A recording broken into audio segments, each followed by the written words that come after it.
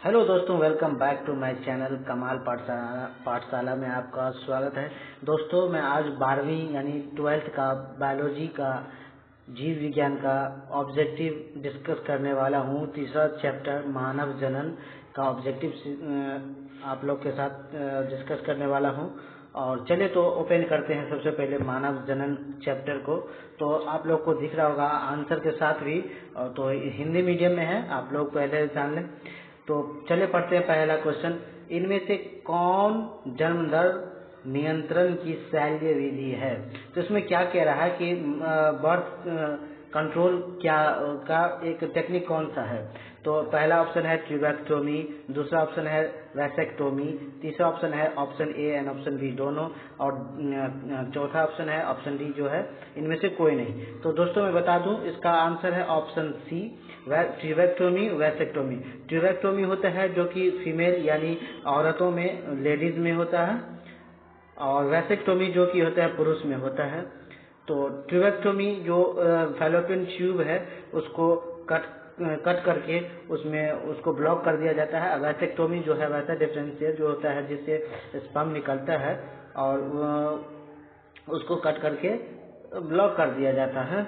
तो यही था जन्म दर नियंत्रण की शैल्य विधि। तो इसका आंसर है ऑप्शन सी, ट्यूबेक्टोमी और वैसेक्टोमी।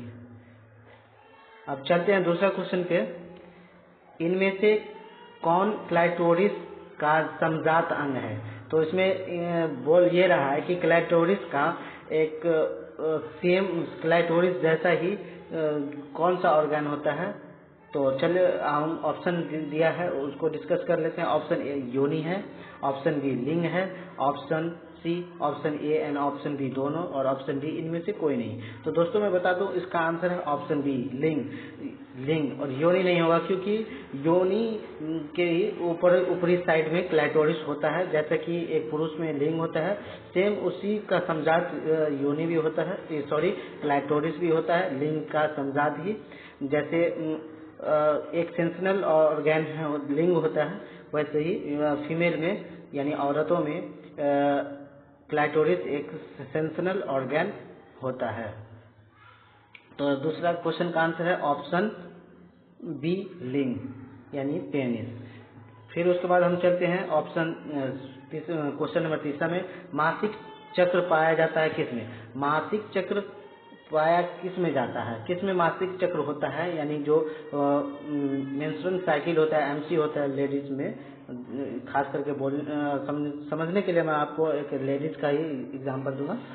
तो वो किस में पाया जाता है? तो आंसर है ऑप्शन ए मनुष्य की मादा में, ऑप्शन बी स्तनपायी मादा में, ऑप्शन सी प्रीमेट की मादा में। तो मनुष्य की मादा में भी पाया जाता है, ये बात तो सही है।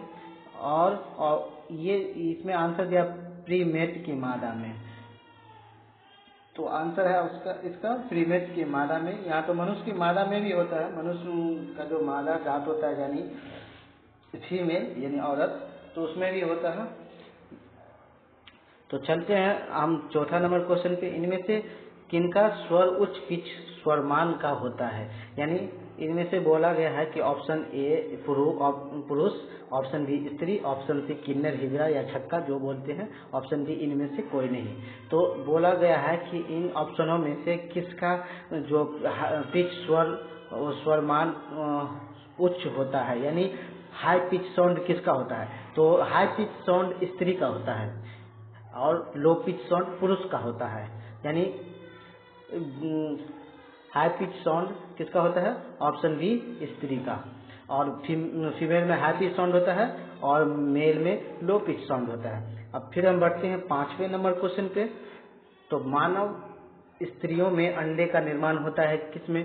तो इसमें ऑप्शन दिया गया है गर्भाशय में, ऑप्शन बी फैलोपियन नली में, ऑप्शन सी ओवेरियन फॉलिकल में, ऑप्शन डी इनमें से कोई नहीं। तो इनका ऑप्शन इसका आंसर है ओवेरियन फॉलिकल में। ओवेरी में जो फॉलिकल होता है उसमें मानव स्त्रियों में अंडे का निर्माण होता है। किसमें? ओवेरियन फॉलिकल में, ठीक, फॉलिकल में। तो फिर हम बढ़ते हैं क्वेश्चन नंबर 6 पे। तो इसका क्वेश्चन ये कह रहा है कि शुक्राणु जनन का नियंत्रण किसके द्वारा होता है? तो ऑप्शन है इसका androgen, option B estrogen, option C LH luteinizing hormone and option D इनमें से कोई नहीं। तो इसका आंसर है ऑप्शन ए एंड्रोजन। शुक्राणु जनन का नियंत्रण कौन करता है, यानी शुक्राणु जनन का जो नियंत्रण मतलब कंट्रोल कौन करता है, एंड्रोजन हार्मोन जो है शुक्राणु जनन को नियंत्रण करता है। तो इसका हम फिर बढ़ते हैं 7 नंबर क्वेश्चन में, यानी 7वें नंबर क्वेश्चन पे। क्रोमोसोम निम्नलिखित में से किसका संभाग है? तो ऑप्शन ए है गोल्गी काय, ऑप्शन बी उल्टा कर दिया इसमें, ऑप्शन बी की जगह सी दे दिया है। तो ऑप्शन सी मानव शुक्राणु का मध्य शुक्राणु होना चाहिए, मानव शुक्राणु का मध्य भाग। ऑप्शन बी है मानव शुक्राणु का शीर्ष भाग। ऑप्शन डी है इनमें से कोई नहीं। तो क्वेश्चन नंबर 7 का आंसर है ऑप्शन बी मानव शुक्राणु का शीर्ष वाला, यानी मानव का जो शुक्राणु होता है, जो हेड वाला भाग होता है, उसमें एक्रोजोम संभाग है किसका, मानव शुक्राणु का शीर्ष।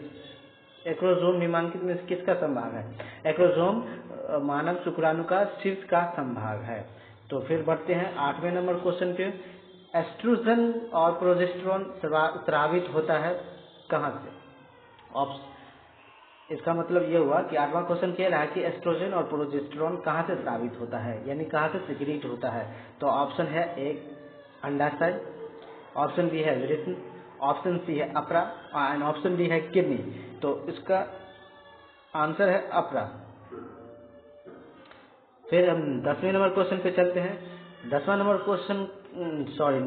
क्वेश्चन कह रहा है कि एक्रोसोम भाग है किसका? एक्रोसोम किसका भाग है? तो ऑप्शन ए है डीएनए, ऑप्शन बी है आरएनए, ऑप्शन सी है शुक्राणु का एंड ऑप्शन डी इनमें से सभी का। तो इसका आंसर है ऑप्शन सी शुक्राणु का। एक्रोसोम किसका भाग है? शुक्राणु का। एक्रोसोम शुक्राणु का भाग है। फिर हम बढ़ते हैं 10वें नंबर क्वेश्चन, लास्ट नंबर क्वेश्चन, क्योंकि आज 10 ही क्वेश्चन को डिस्कस करेंगे। तो हम फिर बढ़ते हैं 10वें नंबर क्वेश्चन पे। 10वां नंबर क्वेश्चन ग्रीवा यानी सर्विक्स किस में पाया जाता है? तो ऑप्शन ए है वृक्क में, ऑप्शन बी है फैलोपियन ट्यूब में, ऑप्शन सी है गर्भाशय के बॉडी या एवं योनि के बीच में एंड ऑप्शन डी है एपिडाइडमिस में। तो इसका आंसर जाहिर सी बात है ग्रीवा सर्विक्स किस में पाया जाता है? गर्भाशय के बॉडी एवं योनि के बीच में। पहले योनि और उसके बाद सर्विक्स, देन उसके बाद यूट्रस होता है। तो इसका आंसर है ऑप्शन सी। तो दोस्तों आज 10 ही क्वेश्चन तक हम बने रहेंगे और ये वीडियो आप लोग को थोड़ा सा भी हेल्पफुल रहा हो तो आप लोग वीडियो को लाइक करें और ज़्यादा से ज़्यादा शेयर करें। मेरे तरफ से जो गलती त्रुटियां हो आप उसे अपने तरफ से सही कर लें। चलते मिलते हैं अगले वीडियो में, तब तक के लिए बाय बाय।